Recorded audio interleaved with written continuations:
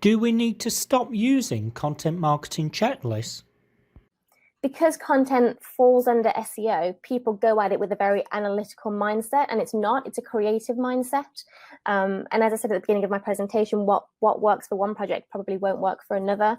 I get asked quite a lot how to automate content audits and what tools I use. And I really don't use a lot of tools, because with content marketing, you have to really get to know the brand and get to know the products and the services that they offer. And the only way you can do that is to do things more manually. And I know that that's a very different approach to SEO, where it's all get it all as automated and check it off the list, and then that task is done. I know that's a bit boxed in, and SEO's a lot more than that. But yeah, I think it's a very different mindset for content.